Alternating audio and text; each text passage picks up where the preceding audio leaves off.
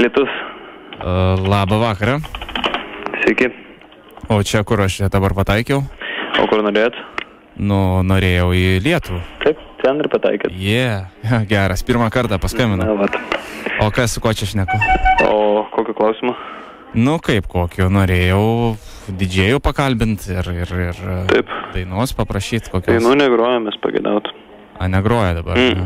O kas čia kalba su manim dabar? Tas, kas leidžia tas dainas. Nu tai, jeigu tu leidi, tai negi gaila sugro dainą. Tikrai negaila, bet negaliu.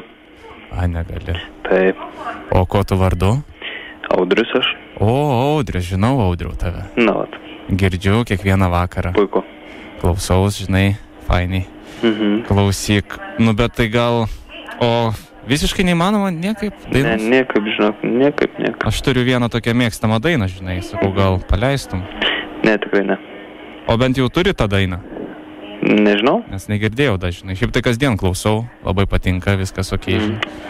Ten tokia yra grupė iš Lietuvos, žinai. Metal on Metal. Tai va, tai norėčiau mamai dedikuoti. Mamai dedikuoti norėtų. Nu, taip, kažkaip, žinai. Patinka, žinai, klausom visada. Ne, nieko nebus. Nieko nebus, sakai. Neleisi, ne? Ne. O tai ko tu dabar, o į eterį negali manęs paleisti? Ne, negali. Kodėl? Todėl, kad taip yra.